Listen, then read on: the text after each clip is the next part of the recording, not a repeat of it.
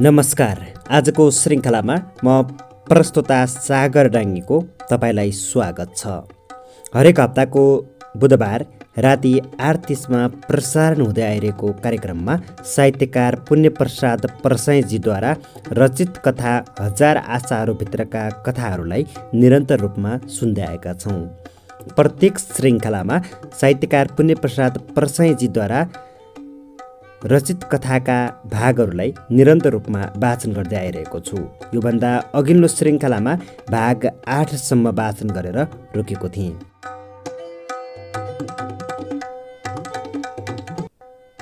श्रोतागणहरू, योभन्दा अघिल्लो श्रृङ्खलामा वाचन गरिएका अरू साहित्यिक रचनाहरूलाई पनि सुन्न सक्नुहुनेछ। अब वाचन सुरु गर्छु।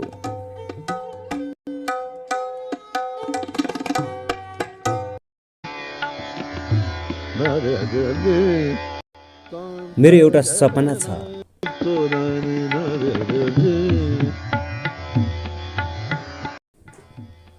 जुलिया अमेरिकाबाट नेपाल घुम्न आएकी 21 वर्षे सुन्दर र उनकै हाराहारीको उमेरको म। मेरा आँखा काला नभएर जुलियाका चाहिँ निला हुन्थे भने मेरो गोरोपन देखेर सायद मलाई पनि मानिसहरू कुहिरी नै ठान्थे।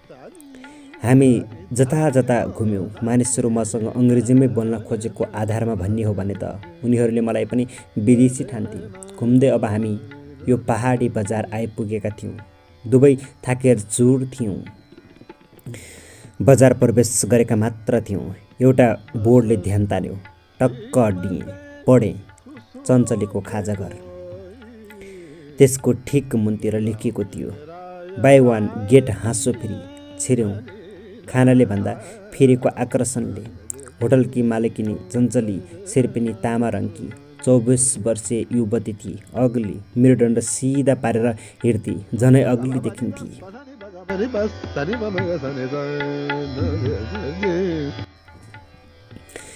होटल खोलेर बसेकी चञ्चली छेत्रीकी छोरी थिई, तर आफूलाई शेर्पिनी भन्थे। कथा रहेछ, जन्मिले सिया भएर उसका गाउँतिर आइपुगेको शेर्पा केटासँग माया प्रीति बसेपछि भागी बिहे गरेकी थिए। उसको लोग्ने बेपत्ता थियो। बेपत्ता लोग्नेको खोजी गरी, धेरै खोजी, तर भेटिएन। माइती गई। अब त भोट बैस, घर छिर्न पाउँदैनस्। परियाले यसो भन्दा रोएन चञ्चली। गरेको निर्णय र बोलेको कुरामा पछुताउने बानी थिएन उसको। बाल मतलब तिमीहरूको, मलाई भोटिने भएकामा केही पछुतो छैन भन्दै यता आएर चिया पसल खोली। मतेली थिए। बिस्तारै त्यही चिया पसल चञ्चलीको खाजा घर भयो। उति सदिएका अक्षरमा नलेखेको त्यो बोर्ड टाँसेको दिन चञ्चली उधुमै खुसी भएकी थिए। बारम्बार बाहिर निस्किएर बोर्ड हेरेकी थिए उसले। मान्छेलाई खुवाउन खुबै हौसिन्थी चञ्चली। नयाँ ज्वाइँ नै आए झै हरदम हाँसिरहन्थे। उसका ठुला आँखा छोप्ने परेला फुलमाथि फरफर उडिरहेका पुतली जस्ता लाग्थे।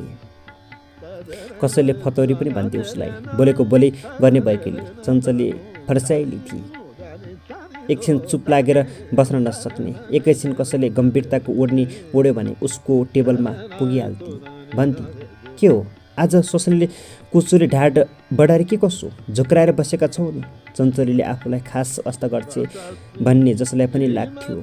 चिया घरमा आउने सबै लोग्ने मान्छेलाई कलाकारको नाम दिएकी थिए उसले। सबैलाई नेपाली कलाकारकै नाम भिराएकी थिए। मान्छे बढ्दै गएर चलेका नेपाली कलाकारको नाम लिन पुग्ने भएपछि भने हिन्दी कलाकारको नाम भिराउन थाली। टाइटानिकको हिन्दी भर्सन हेरेर लियोनार्दोको नाम जानेकीले उसले एउटाको नाम लियोनार्दो पनि राखेकी थिए, तर भन्न नजानेर टाइटानिकको ल्यान्डो भन्थे। कसैले चुप लागेको त देख्नै नहुने भनिहाल्थे। के हो बुढो गिद्ध मासु लुच्न नसकेर गजमत धम्म परेर बस्या छौ नि? हिहिहि मुसो मुसो हाँस्दै सुरु गर्थे। भनिसकेपछि चाहिँ खित्का छोड्थे। अर्काले गरेको शिकारमा ठुङ्न पाइन्छ भने किन दुःख गर्ने? जवाफ पनि कम त तातो हुँदैन थियो। उस भुत्ते चुच्चो पोकेर ध्वास दिनु पर्दैन। मासु खान मन लाग्नेले चुच्चोमा धार पनि लाउन जान्नुपर्छ। आँखाका पुतली नचाउती, नखरा पार्दै जान्थे। चुच्चो कति टिको छ त्यो त घोची माग्रेलाई पो थाहा हुन्छ। गलल्ल हाँस्थे सबै। रनकता थियो होटल। साह्रै रौसे छे चञ्चली साउनी। मानिसहरू चञ्चलीका कुरा गर्न रमाइलो मान्थे। चञ्चलीको भट्टीमा आएपछि बैरागी पनि हुटिट्याउँ भन्थ्यो। तर एक दिन भुवन केसीले लान्छ र पो यस साउनीलाई। भुवन केसी नाम पाएको युवकसँग अलि व्रत जिस्किने गरेकीले यस्तो भन्थे मानिसहरू। मुखिन्ची भुवन केसी लाजले भुतुक्कै, यसरी लजाउने खै के लैजाला अनि खिचिचित्त गर्थे। औपचारिक शिक्षा नलिएकी उसको अर्को गुण थियो, शिष्टताको सिमाना कहिल्यै छोड्दैन थिए। आफूले हिरोको नाम दिएका आफ्ना ग्राहकबाट आफूले पनि एउटी हिरोइनको नाम पाएकी थिए चञ्चलीले। रेखा थापा व्रत भनिन्थ्यो, तर पछि करिश्माले जित्यो। चञ्चलीको सपना थियो काठमाडौँमा एउटा सफा होटल खोल्ने, जहाँ साँच्चीकै फिल्मका हिरोहरू पनि आउन्। नेपालका मात्र होइन, विदेशी फिल्म, बलिउड र हलिउडका कुहिरे हिरो पनि। उसको सपना सुनेर मानिसहरू उसको मजाक उडाउँथे, तर ऊ उच्च स्वरमा भन्थे, एक दिन म काठमाडौँमा यति भव्य होटल खोल्नेछु, त्यसको गेटमा उभिएर फोटो खिच्दा पनि मानिसहरूलाई गौरव लाग्नेछ। जे होस्, चञ्चलीलाई सपना देख्न रात पर्नै पर्दैन, दिउँसै नसुती देखिदिन्छे। होटलमा खाना आएकाहरू मजाक उडाउँथे, एक दिन तिमीहरू चकित हुनेछौ, यति चाहिँ नहाँसी भन्थे। अनुहारमा एक अठोट गम्भीरता देखिन्थ्यो।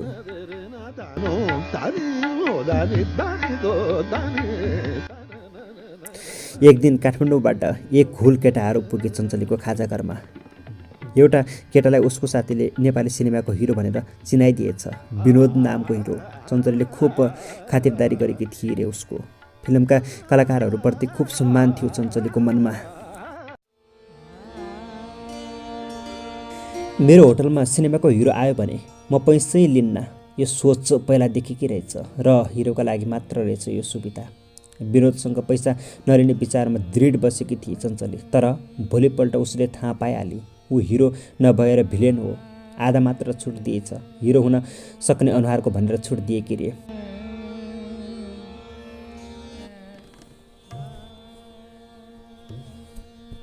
जुलिया र म होटलमा पस्न साथ चञ्चलीले आँखा नचाउँदै नमस्ते नमस्ते भनिर बेसरी मुख च्यातेर हाँसी।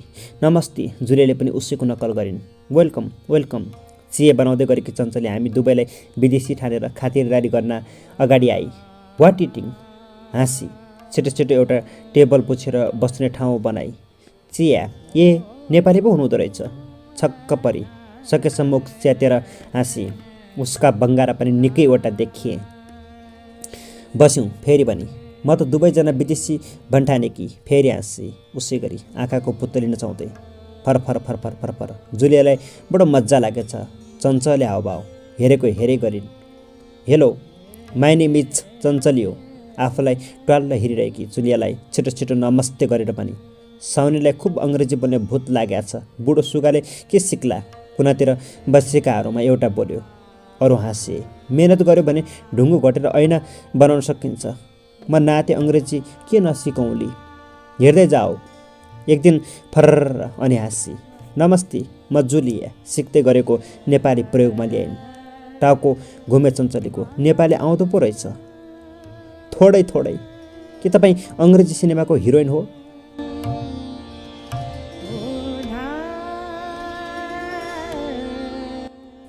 यति लामो वाक्य के बुझ्नु? वाल्ल परिन् जुलिया। तिमी सिनेमाको हिरोइन हौ कि भनेर सोधे कि उल्था गरे। ओ नो, जुलियाले दुरुद टाउको घुमाएर चम्किँदै भनिन्।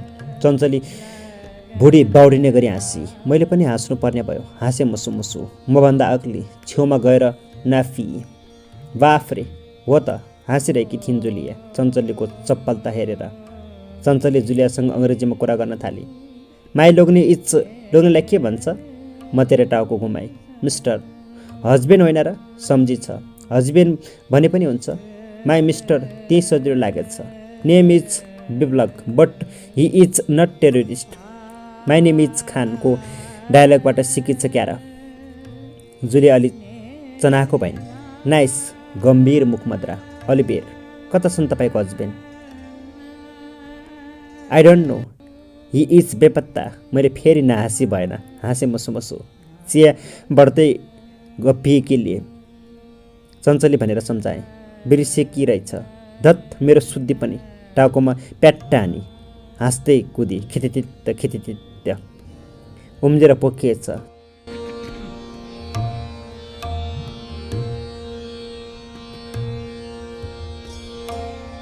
चिया घरमा साँझमा अलि भिड हुन्थ्यो। भिड त्यो दिन पनि थियो। जडिया गुनगुन सुरु भइसकेको थियो। एउटा मुलङ्करे त सुसिरिरहेको थियो। लोकल एफएमबाट दोहोरी गीत बजिरहेको थियो। मैले गीत आएतिर हेरेँ। बाटो पारी किराना पसलमा दृष्टि हुत्तिन साथ एउटा अधवैँसी मानिसमा बजारिए मेरा आँखा। झट्ट हेर्दा हो ची मिनहको ठुलो पोस्टर भित्तामा टाँसिए झैँ देखिन्थ्यो। तर उठेपछि थाहा भयो त्यो ठिकैको अग्लो थियो। अलि बढ्दै उमेरको जस्तो भान भयो। ख्याउटे भएर पनि होला बन्ठाने। उठेर उसले झर्को लाग्दो गीत बन्द गर्यो। ठिक गर्यो हो काका, मैले मुस्कुराउँदै सोचेँ। तर त्यसै बेला दृश्य बदलियो। एउटी बुङ्सी 17 वर्षीय केटाका जस्ता बुर्र कैला जुङ्गा भएकी महिला देखा परी। सानो चिउडो, काला ओठ, बिरालोका जस्ता आँखा। ऊ आउँदा खुट्टा खोच्याउँदै आई। मानिसहरू उसलाई ढिकिच्याउँ भन्दा रहेछन्। कम्मरमा हात लगाएर पोस्टर म्यानको अगाडि ठिङ्ग उभि उसको निधार खुम्चियो। आउनु अघि नै खुम्चीको थियो क्यार। आँखा राता भए, लाल गेडी चाहिँ मर्ने गरी हावा खाएर पेट दमहा बनाई। मुटुले छिटो छिटो रगत पम्प गरिदियो। जामुन जस्तो कालो भयो अनुहार।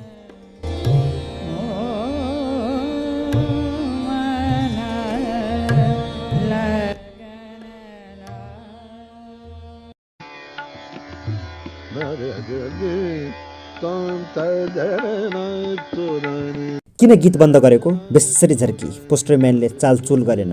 ऊ उपर खुट्टी लाएर एकातिर कोल्टेर बसेको थियो। पाइल्स बिरामी नहुन पनि सक्थ्यो। बुङ्चीको परलै प्राम्भले पोस्टरको आकारमा कुनै केरिमेट भएन। भूकम्पको पहिलो धक्का खेर गयो। त्यसपछि बुङ्चीको हाहा र हो मात्र सुनियो। हात यति छिटो चलाउँथी मानौ ऊ सयौँ वाद्यवादकलाई डाइरेक्सन गरिरहेकी होस्। पोस्टर चलेन। मानौ ऊ मोडेल हो र बुङ्ची छिटो छिटो उसको चित्र कोरिरहेकी छ।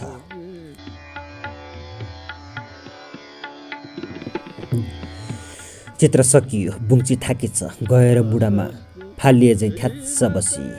अनि ढिडो पाक्न थाल्यो। फतफताएको फतफताए। पोस्टर भने चलेकै होइन। अनुहारको भावमा पनि कुनै परिवर्तन थिएन। रोइ बुङ्ची, धेरै बेर रोइ। मेरो भाग्य नै फुटेको। यस्तो निकम्बा लोग्ने पाएँ। बिलाप गीत सुनियो। अघोरी देखियो। बुङ्चीका ओठ जस्तै कालो लुगामा ध्वासी आयो फेरि। अघोरतिर धारे हात लगाई बुङ्चीले श्रापको डर नमान्दी रहेछ। सोचे जो आफै श्राप छ ऊ डराओस् किन। म यो जीवनमा यस्तो देखौँ। वारी त नरिसाएको र पारी चञ्चली नासेको। ध्वासी अघोरी बोल्यो, असम्भव। चिया। चञ्चलीले कफ राख्दै भने, त्यस भितपातीको कुरा नगर। बुङ्ची गर्जी। उसका आँखा पनि यतै गुड्केका थिए। चञ्चलीले सुने तर व्यवस्था गरे। मानव हात्तीको बाटोमा कुकुर भुक्दै होस्। पोस्टर चलेको थिएन। उही पुरानै मुद्रा, उही आसान। अघोरी बाबा, तपाईँ मान्छेको मासु पनि खानुहुन्छ? ओठमा पुर्याएको चिया नपिएरै राखे, तर्सिएर। पोस्टर बोल्यो कि के हो? सोचेर हेरे। हो रहेछ। छक्क परे। खान्छु, निर्धक्क स्वीकार गर्यो अघोरीले। मानौ कोही चिकन खान्छु भनिरहेको होस्। राम्रो।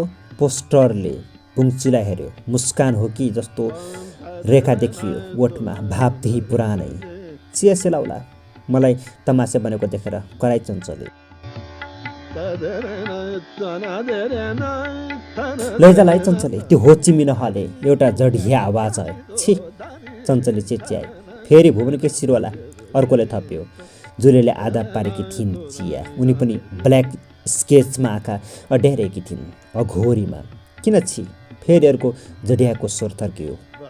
उसका झुसी दारीले गोच्छ भनेर फेरि उही अघिल्लो जडिया स्वर सुनियो। चिया सिद्धियो तर चञ्चलीको कथा सिद्धिएको छैन। सोनाम मेरो मिल्ने साथी बनिसकेको थियो। इमेल भइरहन्थ्यो। चञ्चलले बतासिएले पोस्टर उडायो। एक दिन स्काइपमा सोनामसँग कुरा भयो। पहिला त कसैलाई विश्वासै भएन। चञ्चली जस्तो सुन्दरी होची मिनहसँग भाग्से भनेर। ढिकी च्याउलाई पनि भोलिपल्ट जब पक्कापक्की भयो अनि घाँटी फुट्ने गरी गाली गरी, शैतान तेरो छोराछोरीको घेरोला जत्रो नाक होस्, अनुहार बिफरले छ्याके पारोस्, उदो बगाएर उभो खोज्न जानुपर्ने तलाई हरियो बाँसमा चुक्याउँदै टुँ पारेर लैजाउन्।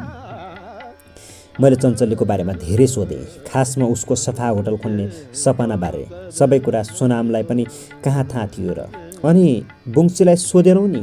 मैले चञ्चलीको मात्र कुरा सोधेर दिगदार पारेका र। हो, उसको पनि सोध्नै पर्ने क्यारेक्टर थियो। अघोरीसँग बागी हाँस्दै भन्यो। छक्क परेको थिएँ म। विसङ्गति सोनामले भन्यो। पानीको प्रोजेक्ट लिएर जुलिया र म एकपटक होइन धेरै पटक पुग्यौँ हेरम्पू। हामी फेरि पुगेका थियौँ चञ्चलीको खाजाघरमा।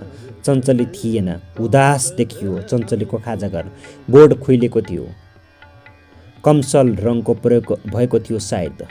मैले पारी पनि आँखा चिप्ल्याएँ। किराना पसलमा, पसलबाट पोस्टर गायब थियो। पसल अगाडि घोडामा चियापो अड्डाएर एउटी बुढी मान्छे चोलाका जुम्रा मारिरहेकी थिइन्। कता गएछ पोस्टर?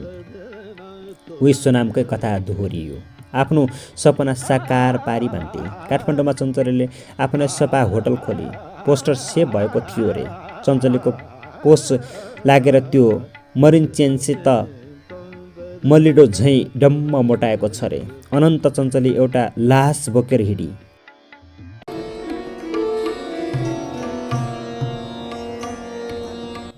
अपलान्तुहरूलाई कुरा गर्ने निकै दिनको खुराक मिलेको थियो।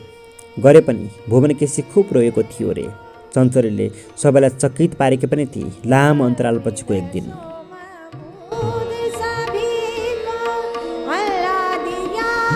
मेरो को पब्लिसर जर्ज गोरी, अस्ट्रेलियन लेखक इमान जोन्सन, सम्पादक एलेक्स र म एक दिन दरबार मार्ग गएका थियौँ। कफी खाने मुड बन्यो। सफाइमा अलि बढ्ता ध्यान दिएको एउटा भव्य रेस्टुरेन्टमा छिर्यो। एउटी महिला मेरो अघिल्तिर ठिङ्ग उभि, ओठमा आँसु थियो, बसेका मात्र थियो। ट्रेमा केही थान पुस्तकहरूका साथ मुस्कुराउँदै अर्की ठिटी देखा परी। बुकको ट्रे राखेर ठिटी गई। बुकका शीर्षकमा आँखा नचाइसकेर सिगरेटको बारेमा सोच्दै गर्दा यो त परिचित अनुहार पो हो सोची। तपाईँको बुक मैले पनि पढेँ। पढेपछि त केही गरिहाल्ने हुटुटी जागेर आयो। गरे त हुने रहेछ, हाँसी। अङ्ग्रेजीमा फर्र बोलिरहेकी थिए। यो परिचित हाँसो सोचेँ। यी फरफराउने आँखा पनि परिचित हुन्।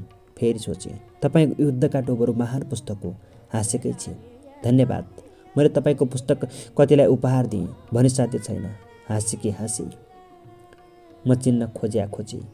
ओ चञ्चली, कराएँ।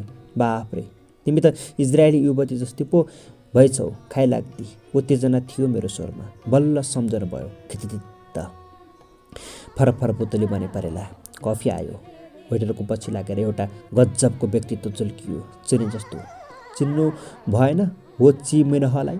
चञ्चलीका आँखा नाचिए, लगत्तै झुके, लजाएकी थिए।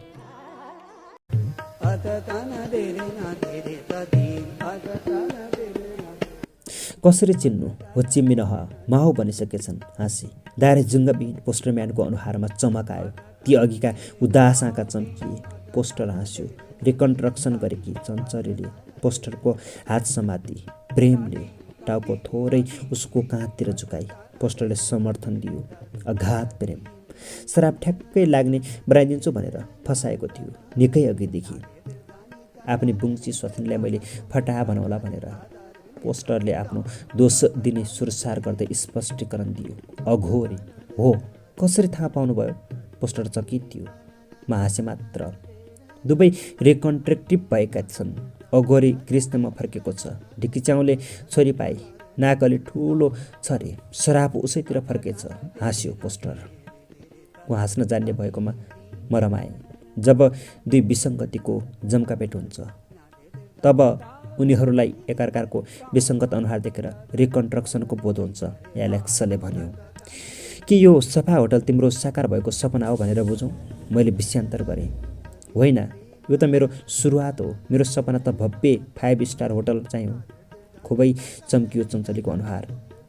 यो होटल मैले राजेश र भुवनलाई ल्याएर ओपनिङ गराएँ। तर त्यो होटल हलिउडको चल्तीको हिरो र एक विश्वविख्यात लेखकको हातबाट गर्नेछु, चम्किँदै भनी। धेरै राम्रो ड्रिम। सलौट यस सपनालाई। अनि राजेश र भुवनसँग चाहिँ देखादेख भयो, मुस्कुराउँदै भने। लज्जाइ चञ्चली। उसको अनुहारमा उसको नामी मुस्कान नाचिरहेको थियो। कलाकारहरू महान हुन्छन्। हाँसी। कफी सिद्धियो। हामीले चञ्चलीको सफा होटल हेऱ्यौँ। यो लाइब्रेरी हो।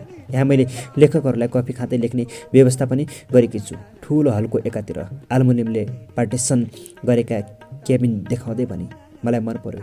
हेरेर भने म यो रेस्टुरेन्टलाई भौतिक मानिसको थलो बनाउन चाहन्छु, वैचारिक क्याफे। पढ्नुको महत्त्व बुझेकी छु मैले। हामीसँग पैसा लिन मानिन। पहिला हिरोलाई छुट थियो, अब विद्वानलाई, हाँस्दै भने।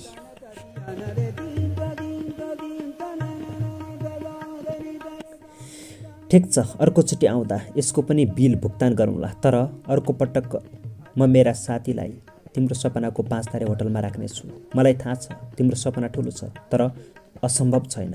तपाईँ जस्ता स्वप्नदर्शीको सङ्गत गरेपछि लाग्छ मेरो सपना धेरै टाढा छैन।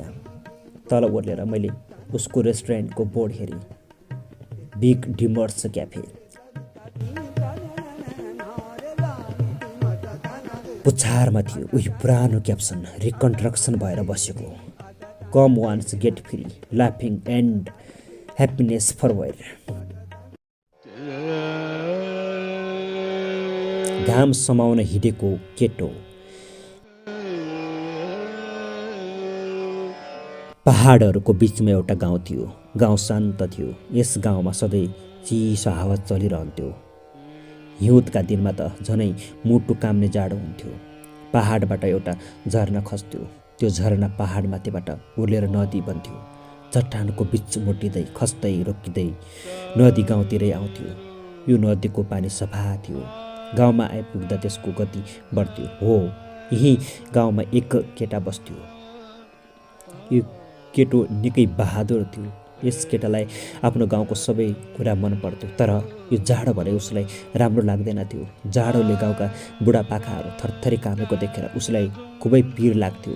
गाउँबाट जाडो कसरी भगाउने होला भनेर यस केटाले खुब गम खायो। धेरै दिन गम खाएपछि केटाले एउटा कुरा पत्तो पायो। गाउँमा जाडो हुनुको कारण त घाम नभएर पो रहेछ।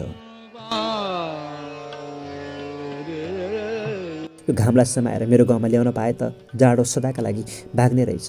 मेरो गाउँ सधैँ उज्यालो पनि हुने रहेछ। केटाले सोच्यो। यसपालि सधैँ ऊ घाम कसरी समाउने होला भनेर विचार गर्न थाल्यो। केही दिन यस केटाले घामको पिछा गर्यो।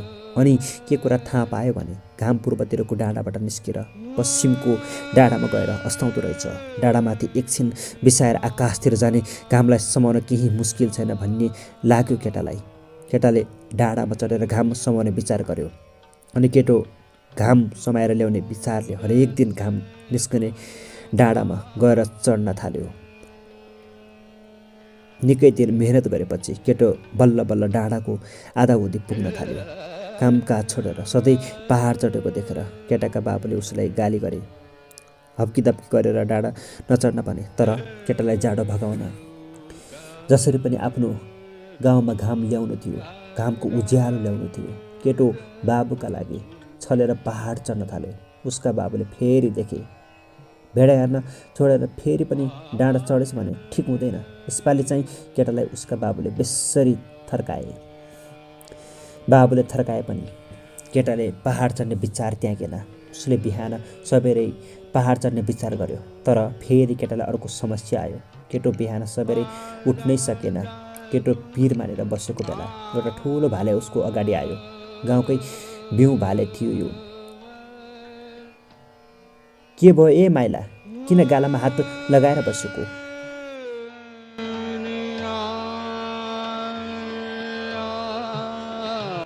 भालेले उसलाई सोधे जस्तो लाग्यो। उसलाई भाले पनि मान्छे भयो कि जस्तो लाग्यो। ओहो, तिमी कति राम्रो भाले, हेर तिम्रो स्योर कति राम्रो, केटाले भन्यो।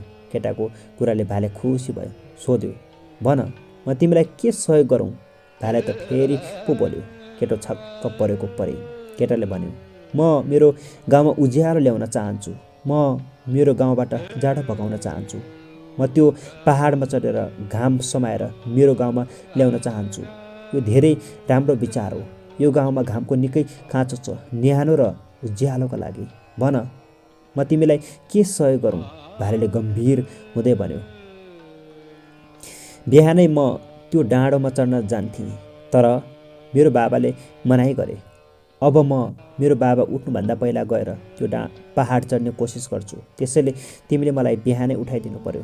केटाले भन्यो, हुन्छ, भोलिदेखि म बिहान सखारै कुखुरी कहाँ भनेर कराएर तिमीलाई उठाउँछु।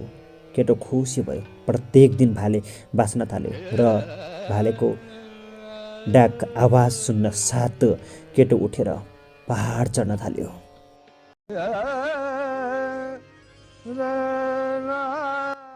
केटो जति चढ्थ्यो त्यति लड्थ्यो। ऊ धेरै पटक चढ्यो, धेरै पटक लड्यो, तर एक दिन केटो सफल भयो। केटो पहाड चढ्यो, तर त्यो पहाड चढेपछि केटो छक्क पर्यो।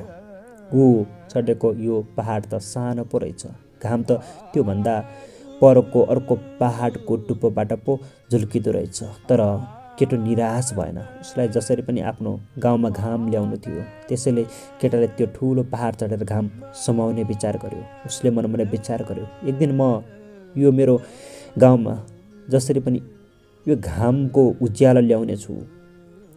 भोलिपल्टदेखि ऊ अर्को ठुलो पहाड चढ्न थाल्यो। निकै दिन मेहनत गरेपछि ऊ त्यो ठुलो पहाड चढ्न पनि सफल भयो। तर त्यो पहाड चढेर पनि केटालाई केही फाइदा भएन, किनकि त्यो घाम त त्यस डाँडामा पनि भेटिएन। घाम त अर्को डाँडाबाट पो निस्किँदो रहेछ। केटाले कति पहाड चढ्यो, घाम भेटाउन भने सकेन। यसरी पहाड चढ्दा चढ्दै केटो ठुलो भयो, तर उसले घाम फेला पार्न सकेन। एक दिन केटो घाम समाउन नसकेकाले चिन्ता मानेर बसेको थियो।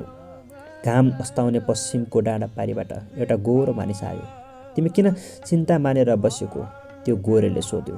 म मेरो गाउँको सुखका लागि घाम ल्याउन चाहन्छु, त्यसका लागि मैले घाम समाउनु पर्छ। घाम समाउन कति डाँडा चढिसके, तर घाम भने अर्को डाँडामा सर्दै जान्छ। यही कुराले मलाई चिन्तामा पारेको हो। यो घाम कुन चाहिँ डाँडाबाट झुल्केको होला त? यो घाम सबैभन्दा अग्लो डाँडाबाट झुल्किएको हुन्छ। गोरेले केटाको छेउमा टुक्रुक्क बस्दै भन्यो। केटो छक्क पर्यो। उसलाई यो कुरा सही लाग्यो अनि उसले सोच्यो, ती साना डाँडा चढ्नुको साटो म एकैचोटि यस संसारको सबैभन्दा अग्लो डाँडो चढेको भए यस बेलासम्ममा त्यो घामलाई समाएर गाउँमा ल्याइसक्ने रहेछु। यति बुद्धि पनि मलाई किन नआएको होला? अब म संसारको सबैभन्दा अग्लो डाँडो चढ्छु र घामलाई समाउँछु। के सोचेको? गोरेले सोध्यो। अब म संसारको सबैभन्दा अग्लो चुचुरो चढ्छु, केटाले अठोट गर्यो। म पनि घाम अस्ताउने देशबाट त्यही संसारको सबैभन्दा अग्लो चुचुरो चढ्न आएको। म पहिला पनि चढ्न खोजेको थिएँ, तर सकिनँ। केटाले गोरेलाई शङ्का गर्यो, भन्यो, कतै तिमी पहिला चढेर त्यो घाम लिएर जाने विचार गरेका त छैनौ? हेर, हामी दुईजना चढे पनि घाम त मै नै लैजान्छु। केटाले स्पष्ट बताए। गोरे मुस्कुरायो। यदि हामी त्यो पहाडको चुचुरोमा पुग्न सक्यौँ भने हामीले घामको कति न्यानो र उज्यालो पाउनेछौँ भने तिम्रो र मेरो दुवैजनाको गाउँलाई उज्यालो र न्यानो बाँड्न पुग्छ, गोरेले भन्यो। गोरेको कुरा केटालाई ठिकै लाग्यो। अनि एक दिन गोरे र केटो संसारको सबैभन्दा अग्लो चुचुरो चढ्न गए। यस चुचुरोको नाम सगरमाथा थियो। यो चुचुरोको टुप्पोमा आजसम्म कोही पनि पुग्न सकेका थिएनन्। यो चुचुरो चढ्न जाँदा कतिजना त हिउँबाट चिप्लेर मरेका पनि थिए। यो गोरेले पनि एकपटक कोसिस गरेको थियो यो डाँडो चढ्ने, तर सकेको थिएन। यो घाम समाउन हिँडेको केटाले पनि निकै प्रयास गरेको थियो, तर उसले पनि सकेको थिएन। तर यसपालि भने अचम्म भयो। आजसम्म कोही पनि चढ्न नसकेको त्यस चुचुरोमा यी दुईजना सँगै चढे। संसारका मानिसहरू चकित भए। फर्किँदा यिनीहरू आफ्ना गाउँका लागि पुग्ने मनक्के न्यानो बोकेर आए। संसारका मानिसहरूको न्यानो, मेरो प्यारो तेन्जिङ, मेरा प्यारा हिरारी भनेर यी दुवैलाई आफ्ना गाउँका जनताले मात्र होइन, संसारकै मानिसहरूले खुबै माया गरे। संसारभरि यिनीहरूको नाम अमर भयो र यिनीहरूको नामसँगै उनीहरूको देशको पनि।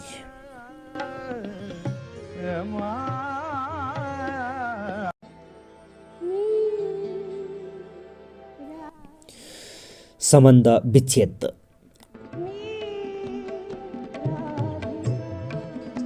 यो सहरमा सबैलाई हतारो छ। हतारो प्रद्युम्नलाई पनि छ। त्यो हतारो अलिक बढ्छ। जब उसको अफिस छुट्छ, अफिसबाट निस्केर सिधै भट्टीतिर बस्नुको हतार हो उसको।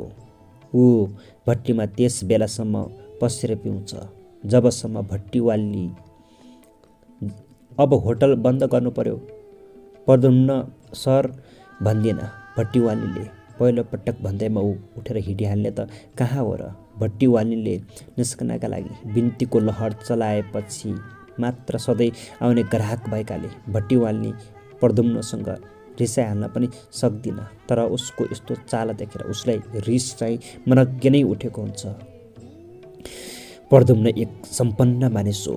काठमाडौँ पुतली सडकमा उसको भव्य घर छ। जागिर पनि उसको राम्रै नै हो, तर उसलाई खास पीड छ, जसको कारण ऊ जतिसक्दो ढिलो घर जान्छ र जतिसक्दो छिटो घरबाट निस्कन्छ। उसको यो पीड भनेको उसलाई आफ्नै स्वास्नी सुरुचि मन नपर्नु हो, किनकि सुरुचि उसले रोजेर बिहे गरेकी केटी होइन, बाबुको मन राख्न। उसले गाउँमा 18 वर्षको उमेरमै बिहे गर्यो, तर स्वास्नीको सौन्दर्यप्रतिको व्यवस्थाले हनिमुनको केही महिनैबाट स्वास्नीबाट खिन्न भयो। सुरुचिलाई मेकअप गर्न मन लाग्दैन थियो। उनी कहिले मेकअप गर्दैन थिइन् पनि, न त उनी गहना लगाउन नै रुचाउँथिन्। प्रद्युम्नले उनलाई आफ्नै सौन्दर्यप्रति सचेत रहन बारम्बार भन्यो, तर उनले आफ्नो बानी कहिल्यै छोडेनन्। उसलाई आफ्नै स्वास्नी एकदमै पाखे जस्तो लाग्थ्यो। वास्तवमा ऊ आफ्नै स्वास्नीलाई मेकअप र गहनाले धपक्क पारेर हिँडाउन चाहन्थ्यो। उसको सपना पुरा भएन।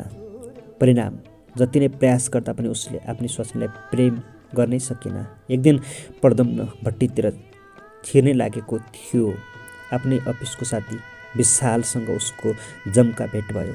झन्डै नाक ठोकिएको भन्दै उसले विशाललाई पनि रेस्टुरेन्टतिर लग्यो।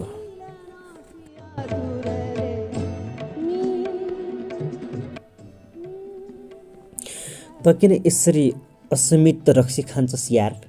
खाए पनि कन्ट्रोलले खान। बसेर एक फुल बोतल हुस्की प्रद्युम्नले अर्डर गर्न साथ भन्यो विशालले। सुरु नै नगरे के भन्छ यो? मगाएको सबै खान्छु नै भन्ने के छ? आधा तलाई नै पिलाउने हो क्यारे?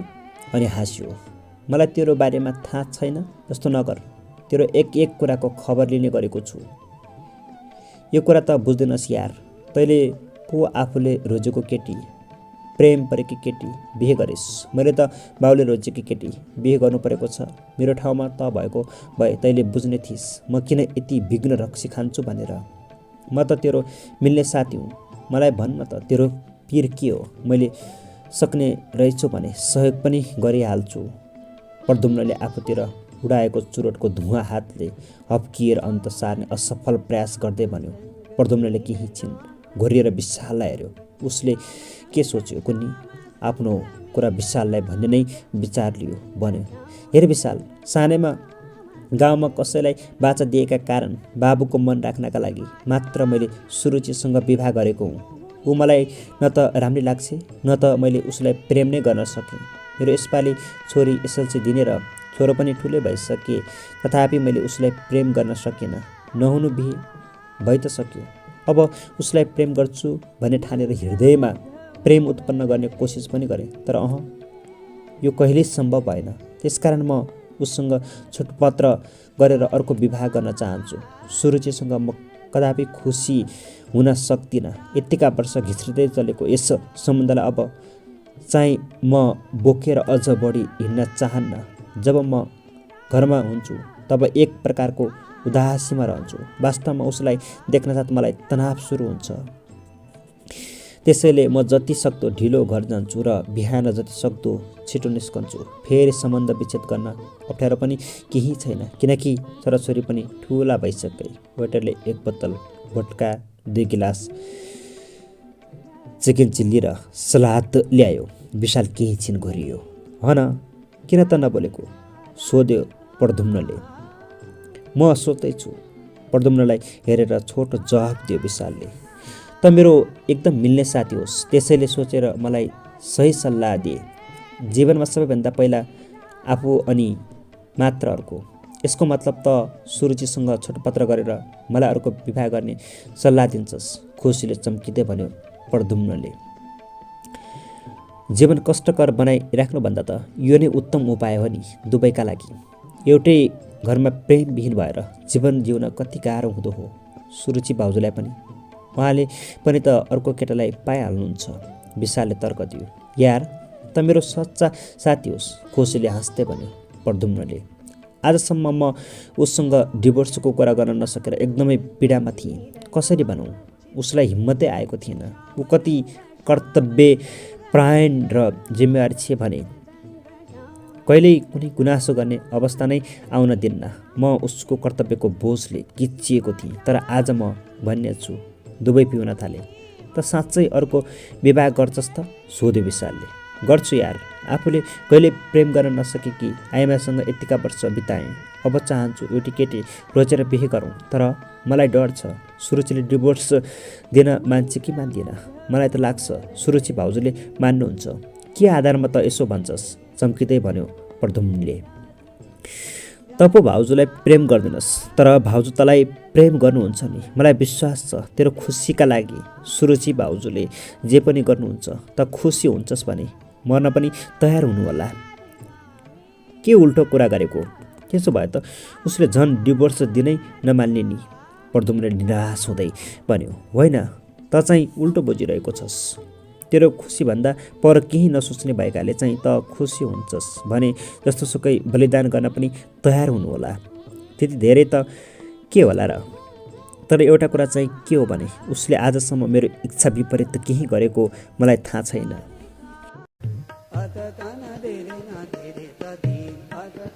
एक किसिमले उसले मेरो खुसीका लागि आफ्ना इच्छा र खुसीको बलिदान गरेकी छे। ऊ आफू पनि अफिस जान्छे, घरको खर्च उसैले धान्न पनि सक्छे, तर मलाई घरको काम गर्न कहिल्यै दिएकी छैन। बुबा आमा गाउँबाट आएको बेला यति राम्रो केयर गर्छे, वर्षौँपछि पनि बुबा आमा उसको त्यो प्रेम र सम्मानको सम्झना गरिरहनुहुन्छ। छोराछोरीको पनि ऊ उत्तिकै रेखदेख गर्छे। कुनै बेला त यस्तो लाग्छ ऊ सबैको वास्ता गर्छे, बस उसको वास्ता चाहिँ कोही गर्दैनन्। कर्तव्य निभाउन जान्ने छु, तर प्रेम र भावना पोख्न भने उसले कहिल्यै जानेन। कुनै बेला त लाग्छ ऊ एक रोबोट हो जसलाई सबै काम आउँछ, बस प्रेम र भावना पोख्न आउँदैन। सुरुचि भाउजू, तैँले भने जस्तो नराम्रो चाहिँ होइन। तैँले प्रेमका आँखाले नहेरेर त्यस्तो लागेको हो। अग्ली हुनुहुन्छ, ठुला आँखा छन्। राम्रोसँगले मेकअप गर्ने हो भने त उहाँ सुपर मोडेल जस्तै देखिनुहुन्छ। हुस्कीको चुस्की लिँदै भन्यो विशालले। अर्को विवाहको लागि केटी हेरेको छस् त? छैन यार, अहिलेसम्म त मैले सुरुचिबाट कसरी मुक्ति मिल्छ भन्ने मात्र सोचेको छु, के निराश हुँदै भन्यो प्रद्युम्नले। त ठान भाउजूसँग तेरो सम्बन्ध विच्छेद भयो, बरु त अर्को विवाहका लागि केटी हेर्न थाल। त्यसका लागि त ले पनि सहयोग गर्नु पर्यो नि यार। कतै बुझिस् भन्ने कुरा चला न, गम्भीरतापूर्वक भन्यो प्रद्युम्नले। विशाल सोचमग्न भयो। के सोचेको तैँले, सोध्यो प्रद्युम्नले। मलाई एउटी केटीका बारे थाहा छ, तर तँलाई पो कस्तो लाग्ला? देख्दा त एकदम ठिक छ, राम्री पनि असाध्यै छे। यदि त त्यो केटीलाई भेट्न चाहन्छस् भने म भेटाइदिन सक्छु आजै। आजै? साश्चर्य भन्यो प्रद्युम्नले। हो आजै, तर आज त हामीले पिएका छौँ, भोलि भेटे कसो पर्ला? विशाल फेरि गरियो। तत्कालै भन्यो। आजै ठिक होला, किनकि आज त्यो केटी मेरोमा आउँछ। तेरोमा किन आउने? के तेरो नाता पर्छ? सोध्यो प्रद्युम्नले। होइन, ऊ मेरी सालीकी साथी हो। उसलाई आज मेरो श्रीमतीले खाना बोलाएकी छ। बरु जाउँ, अहिले त्यो केटी मेरोमा आइसकेकी होली, उड्दै भन्यो विशालले। तर यस्तो पिएको बेला कसरी जाने? केटीले के सोच्ली? सङ्कोच गर्यो प्रद्युम्नले। छोड्दे यार, आजकलको जमानामा नपिउने कुनै हुन्छ र, बरु छिट्टै पो गइहालौँ, विशालले हतारो लाउँदै भन्यो। तैँले भनेपछि पक्कै फरक नपर्ला, बरु यति चाहिँ पिइसकेरै जाउँ न, ग्लासको रक्सी देखाउँदै भन्यो प्रद्युम्नले। अरू 10 मिनट बसेर दुवैले पिएर उठे। विशालले त कन्ट्रोलले पिएको थियो, तर प्रद्युम्नले भने असाध्यै मात्तिएको थियो। होटलबाट निस्किएर दुवै सडकमा निस्किए। प्रद्युम्नले पार्किङ स्थलबाट झटपट कार निकाल्यो। उसलाई विशालले भनेको केटी हेर्न हतारो जो भएको थियो। दुवै घर पुगे। प्रदुमले विशाल किसालेको साथीलाई हेऱ्यो र हेरेको हेरे भयो। उसको नाम जयन्ता थियो। जयन्ता प्रदुमले सोचे कि जस्तै केटी थिए। उसले जयन्तालाई आफ्नो श्रीमतीसँग दाज्यो। जयन्तासँग लामो कुराकानी भयो उसको। जयन्तालाई प्रदुम्न मन पर्यो, तर उसको डिभोर्स नभएसम्म उसले विवाहको कुरा अघि नबढाउने कुरा स्पष्ट राखे। प्रदुम्न विशालको घरबाट निस्कियो। आज उसलाई जसरी पनि सुरुचिसँग सम्बन्ध विच्छेदको कुरा गर्नु थियो। विविध कारणले उसले भन्न पाएको थिएन भन्दा पनि उसले भन्न सकेको थिएन। घर पुग्न साथ प्रदुम्नलाई भनिहाल्छु भन्ने लागेको थियो, तर आज पनि मुटुको ढुकढुकी बढेर आयो। तथापि उसले भन्न सक्यो, सुरुचि, तिमीसँग एउटा कुरा गर्नु छ, ठिक छ नि? मसँग कुरा गर्न पनि हजुरले अनुमति लिइरहनु पर्छ र? एकछिन पक्नुहोस्, म कागती पानी लिएर आउँछु अनि मजाले बसेर कुरा गर्नुपर्छ। आज त मलाई पनि तपाईँसँग एउटा कुरा गर्नु नै छ। प्रदुम्नले बोलिरहेकी थिए। सुरुचिलाई हेऱ्यो। उसले उनको अनुहार नहेरेको पनि निकै भइसकेछ। उनी निकै कमजोर भएकी रहेछन्।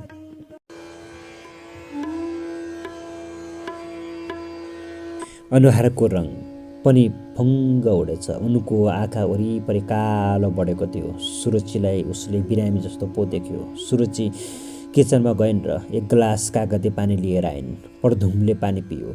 आज म पनि तपाईँलाई एउटा कुरा भन्न चाहन्छु, प्रदुमले पानी पिएर भनिन् सुरुचिले। हुन्छ, भन, तिम्रो कुरा के हो? ग्लास राख्दै भन्यो प्रदुमले। हुन्न, तपाईँले पहिला भन्न चाहनु भएको हो, त्यसैले पहिला तपाईँले नै भन्नुपर्छ, सुरुचिले मुस्काउने प्रयास गर्दै भनिन्। प्रदुम्नले सुरुचिका आँखामा हेऱ्यो। यी आँखा नहेरेको पनि वर्षौँ भइसकेछ कि क्या हो? आज उसले उनका आँखामा गहन उदासीनता देख्यो। आँखामा गहिरो पीडा र दुःखको भाग पनि उस्तै शक्तिशाली बनेर बसेको थियो। तथापि उसले आज आफ्नो कुरा भन्नु नै थियो, किनकि उसलाई मन पर्यो कि केटीसँग अब नयाँ जीवन सुरुवात गर्नु थियो। ठिक छ, म भन्छु, म तिमीसँग डिभोर्स गर्न चाहन्छु, उसले भन्यो। सुरुचि वास्तवमै चकित भइन्, तर उनले यो भाव अनुहारमा आउन दिएनन्। तपाईँको यस्तै इच्छा भए हुन्छ नि, तर यसका लागि मेरो एउटा शर्त छ, उनले भनिन्। के? प्रदुम्न झस्कियो। दुवै छोराछोरीको परीक्षा आउँदैछ। अहिले हामीले यस्तो गर्यौँ भने उनीहरूको पढाइ मात्र होइन, पुरा जीवनमा नकारात्मक असर पर्न सक्छ। 1 महिनापछि उनीहरूको जाँच सकिन्छ। त्यसपछि हामी उनीहरूलाई मानसिक रूपमा तयार गरेर डिभोर्स गरौँला। तर यो 1 महिना चाहिँ हामी नयाँ विवाहित जोडी जस्तो भएर बसौँ। म हजुरलाई प्रेम गर्छु र हजुरले पनि मलाई माया दिनुहोस्, ताकि उनीहरू पनि खुसी हुन्। यो प्रस्ताव प्रदुम्नलाई मन पर्यो। शर्त अनुसार प्रदुम्न अफिसबाट ठिक समयमा घर आउन थाले। ऊ रक्सी पनि नखाइ आउँथ्यो। सुरुचिप्रति मनमा हरेक द्वेष भाव पनि अब स्निग्ध निख्रियो। सुरुचिले आजसम्म उसका कुनै पनि कुरा काटेकी थिएनन्, तर यति ठुलो कुरा यति सहजै स्वीकार होला भन्ने त उसले कल्पना पनि गरेको थिएन। ऊ सुरुचिप्रति अति नै कृतज्ञ भयो। सधैँ रक्सीले मात्तिर आउने प्रदुम्न यसरी समयमा आएर मम्मीलाई सहयोग गर्न मात्र होइन, उनीहरूका ससाना कुरामा पनि वास्ता गर्न थालेपछि छोराछोरी पनि प्रदुम्नसँग खुसी रहन थाले। पुरा घरमा एउटा आनन्दको माहौल बन्यो। केही दिनपछि नै प्रदुम्नले नोट गर्यो, सुरुचि कुनै पनि काम गर्दा अलिक छिटो नै थाक्न थालेकी थिइन्। एक दिन सुरुचिले आफूलाई दुलहीलाई झैँ सजाइन्। उनी यसरी कहिल्यै मेकअप गर्दैन थिइन्। अफिसबाट आउँदा सुरुचिलाई यो रूपमा देखेर प्रदुम्न एकदमै चकित भयो। उनी अति नै सुन्दर देखेकी थिइन्। उसले आजसम्म कल्पना गरेकी सुन्दरी पनि यिनीभन्दा राम्री थिएनन्। कहाँको तयारी हो? सोध्यो प्रदुम्नले।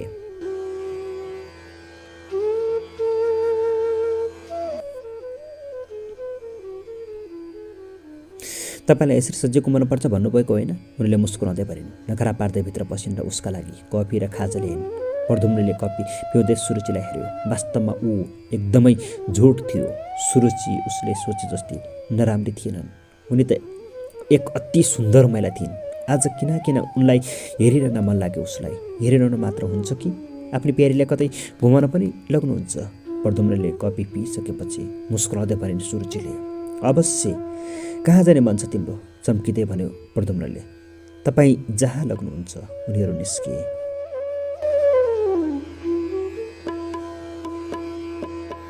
आज टिन एड्सको जस्तो व्यवहार गर्ने सुरुचिले जतासुकै घुमे। बाटै बाटामा आइसक्रिम खाँदै खोप घुमे उनीहरू। हलको कुनामा बसेर एउटा नेपाली सिनेमा पनि हेरे उनीहरूले। यसै गरी 1 महिना बित्यो। छोराछोरीको परीक्षा पनि सकिए। उनीहरू बाबुआमाको प्रेम देखेर अति नै खुसी थिए। तर महिना दिन पुगेको प्रद्युम्नलाई पत्तै भएन। किन सुरुचि एकदमै कमजोर महसुस गर्दै थिइन्। भित्रै सबै कुरा सकिएर खाली भए जस्तो लागिरहेको थियो उनलाई सुत्न मन लागिरहेको थियो। थाहा छ डियर, आज जुनेली रात छ नि, 14 दिनको चन्द्रमा हेर्न खुब मनपर्छ भन्थ्यौ। आओ हामी माथि जाउँ। रातिको खाना खाएपछि प्रद्युम्नले सुरुचिलाई भन्यो। हजुरको काखमा सुतेर पूर्ण चन्द्रमा हेर्ने सपना देख्दा देख्दै आधा जीवन बितिसकेछ। आज मेरो यो सपना पनि पुरा हुने भयो। प्यारा, हजुर धेरै जाति हुनुहुन्छ। मैले हजुरलाई बुझ्न र ठिक ढङ्गले व्यवहार गर्न मात्र नजानेकी हुँ। प्रद्युम्नको छातीमा टाउको राख्दै भनिन् सुरुचिले। तर प्यारा, आज म हजुरको यो कुरा मान्न सक्दिनँ। म साह्रै थाकेकी छु। म सिडी चढ्न पनि सक्दिनँ। म हजुरको छातीमा टाउको राखेर यसै गरी निदाउन चाहन्छु। के थाहा, यो अवसर मेरो जीवनमा फेरि कहिले नआउने पो हो कि?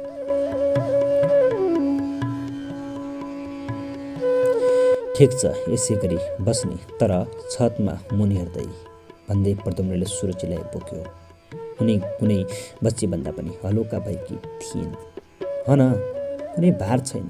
के भएर यति धेरै दुब्ली भइन् नि? कुनै रोगसोक पो लाग्यो कि क्या हो यस केटीलाई? सोच्यो प्रद्युम्नले। बाबाले मम्मीलाई बोकेको छोरीले देखी। छोरी उमेरले सानै भए पनि निकै व्यावहारिक थिए। आमा छोरीका आँखा जोधे। सुरुचिलाई लाज लाग्यो, तर छोरीका आँखाबाट आँसु झरे। छोरीलाई सबै थाहा थियो। बाबाले मम्मीलाई कहिल्यै माया गर्नुहुन्न भनेर। मम्मीले जति नै लुकाए पनि उहाँ बाबासँग प्रेमविहीन जीवन बाँचिरहनु भएको कुरा छोरीलाई राम्ररी थाहा थियो। र उसलाई के पनि थाहा थियो भने मम्मीलाई क्यान्सर लागेको छ। मम्मी र मामा जचाएर आएका दिन उनीहरूले गरेको सबै कुरो उसले सुनेकी थिए। उसलाई राम्ररी थाहा थियो उसकी मम्मीको जीवन धेरै छैन। राख्नु, छोरीले देखिरहेकी छ, सुरुचिले भनिन्। त के भयो त? प्रद्युम्नले सुरुचिलाई राखेनन्। बोकेरै छतमा पुर्यायो। छतमा प्रद्युम्नको छातीमा टाउको राखेर सुरुचि 14 दिनको चन्द्रमा हेरेर आनन्दित भइरहन्, जुन उनलाई अति नै मन पर्थ्यो। हजुरलाई थाहा छ प्यारा, यो क्षण हाम्रो जीवनको अन्तिम क्षण हो। यो के भनेकी तिमीले? अन्तिम होइन, पहिलो चाहिँ भन न, उसले मुस्कुराउँदै भन्यो। तर मेरा लागि त अन्तिम नै हो प्यारा। टाढाको तारालाई एकटकले हेर्दै भनिन् सुरुचिले। प्रद्युम्नले सोच्यो उनी डिभोर्सको कुरा निकाल्न खोजिरहेकी छिन्। सुरुचि फेरि बोलिन्। प्यारा, ऊ त्यो तारा हेर्नु त, अघिदेखि निहालिरहेको पश्चिम क्षितिजमा चम्चमाइरहेको चहकिलो तारालाई दाहिने हात पसारेर देखाउँदै भनिन्। हेरे, सुरुचिले अङ्गुली निर्देश गरेतिर निहालेर भन्यो प्रद्युम्नले।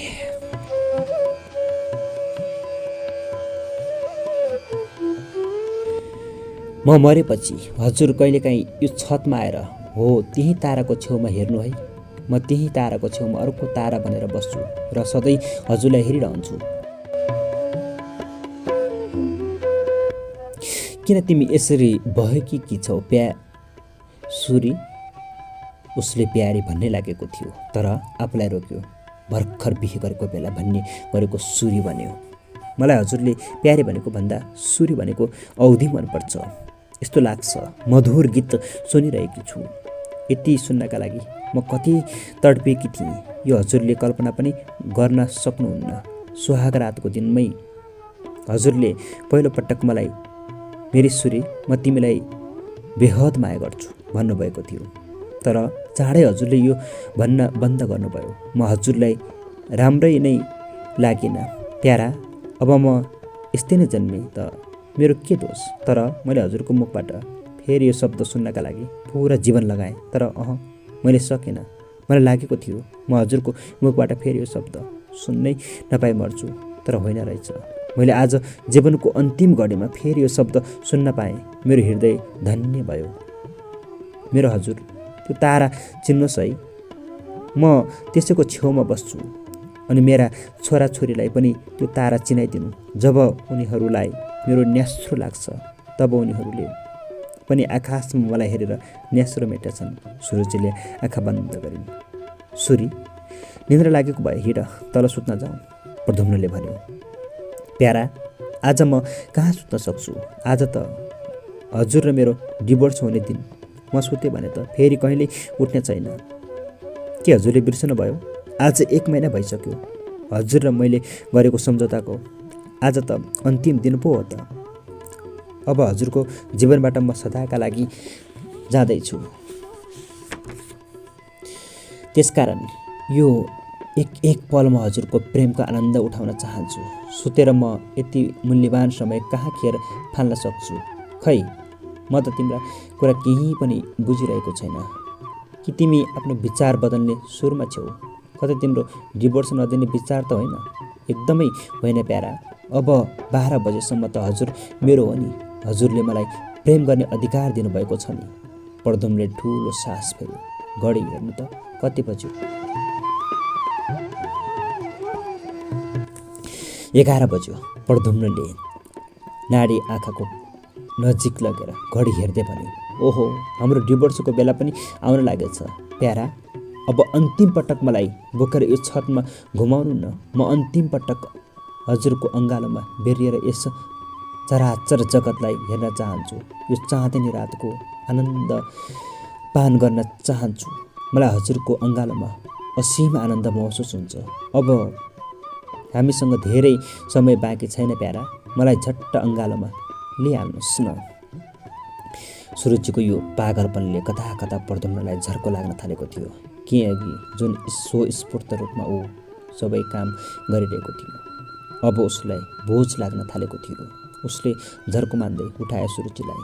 उनलाई उठाइरहँदा उसले त्यस केटीलाई सम्झियो जससँग उसको विवाहको कुरा चलेको थियो। उसले सुरुचिको अनुहार हेऱ्यो। त्यो अनुहार अहिले उसकी त्यही जाहेन्ताको जस्तो लाग्यो। उसलाई चुम्न मन लाग्यो। उसले सुरुचिलाई अझ माथि उठाएर उनको ओठमा ओठ राख्यो। आई लभ यु प्यारा। मेरो जीवनको अन्तिम आकाङ्क्षा पनि पुरा भयो। केही छिन प्रद्युम्नले ती अवस्थामा छतमा घुमायो सुरुचिलाई। आकाशमा 14औं चन्द्रमा आफ्नो पुरा शक्ति र जगतलाई चम्काउने प्रयास गरिरहेको थियो। संसार धेरै राम्रो छ प्यारा, तर यो प्यारो संसार र यहाँका धेरै प्यारा कुराहरू एक दिन चटक्क छोडेर हामीले जानै पर्छ। अब मलाई तल लिएर जानुहोस् प्यारा। म अन्तिम पटक आफ्ना छोराछोरीलाई पनि भेट्न चाहन्छु। उनीहरू पनि त मलाई अन्तिममा एकपटक देख्न चाहन्छन् होला। प्रद्युम्न सुरुचिका कुरा केही पनि बुझिरहेको थिएन, तर ऊ उनले भनेको नमान्न पनि सकिरहेको थिएन। ऊ सुरुचिलाई बोकेर तल ओर्लियो।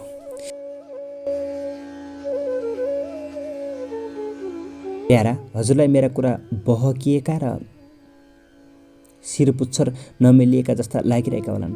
लाग्नु स्वाभाविक पनि हो। जुनसुकै कारणले होस्, जीवनको अन्तिम क्षणमा हजुरले मलाई भरपुर माया दिनुभयो। यसका लागि हजुरलाई धेरै धेरै धन्यवाद। प्यारा, म क्यान्सरले पीडित छु।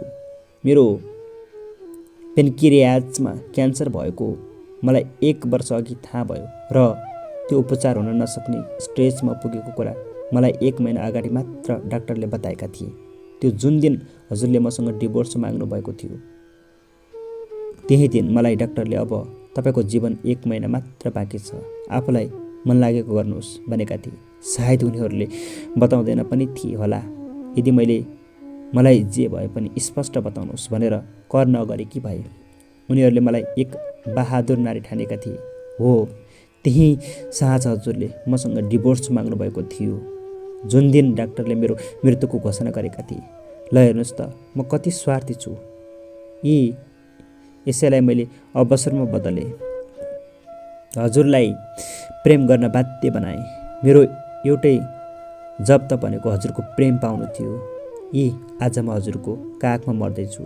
म धन्य छु, मलाई हजुरको प्रेम प्राप्त भयो।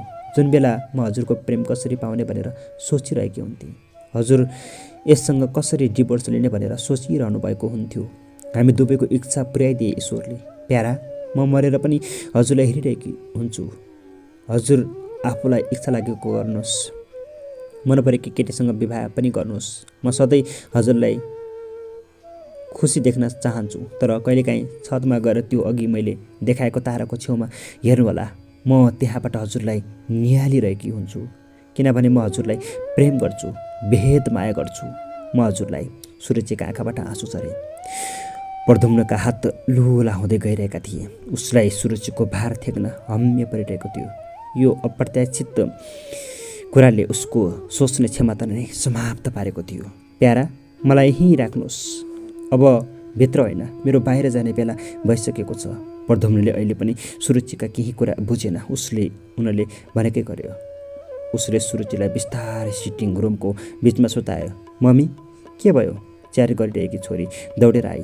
छोरी पनि टिभी अफ गरेर मम्मीतिर दौडिए। आओ, प्यारा छोराछोरी हो, मेरो छेउमा आओ।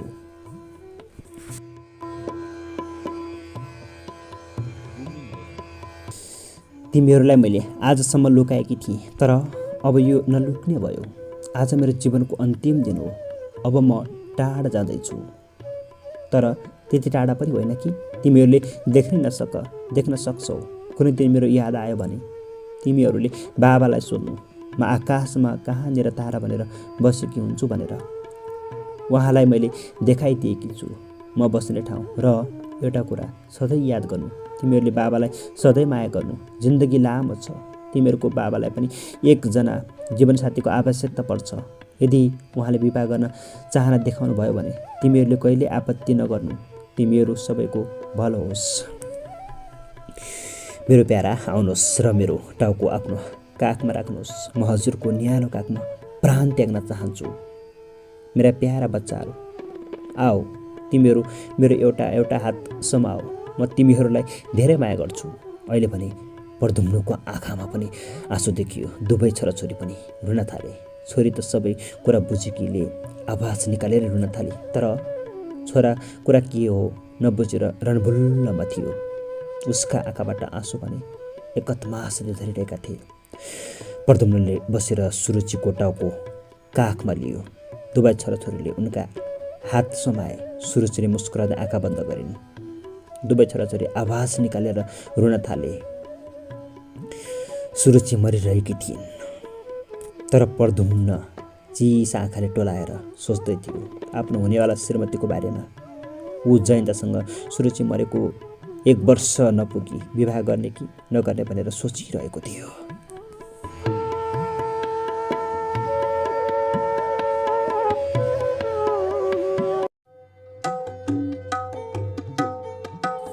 श्रोतागणहरू, आजको श्रृङ्खलामा साहित्यकार पुण्यप्रसाद परसाईजीद्वारा रचित कथा 1000 आशाहरूभित्रका कथाहरूलाई वाचन गरेर सुनाए। आजको श्रृङ्खलामा भाग 9 सम्म ल्याएर रोकेको छु। श्रोतागणहरू, योभन्दा अघिल्लो श्रृङ्खलामा वाचन गरिएका साहित्यिक रचनाहरूलाई पनि सुन्न सक्नुहुनेछ। र तपाईँलाई कस्तो लाग्छ? कृपया मनमा लागेका विचारहरू कमेन्ट बक्समा गएर रचनात्मक प्रतिक्रियाको रूपमा दिन सक्नुहुनेछ। हस् त, आजको श्रृङ्खलामा रहेर साथ दिनुभयो तपाईँप्रति विशेष आभार प्रकट गर्दै अर्को श्रृङ्खलासम्मका लागि आजको श्रृङ्खलाबाट म प्रस्तुता सागर डाङ्गी पनि बिदा हुन्छु। नमस्कार, शुभ पल, शुभ क्षण।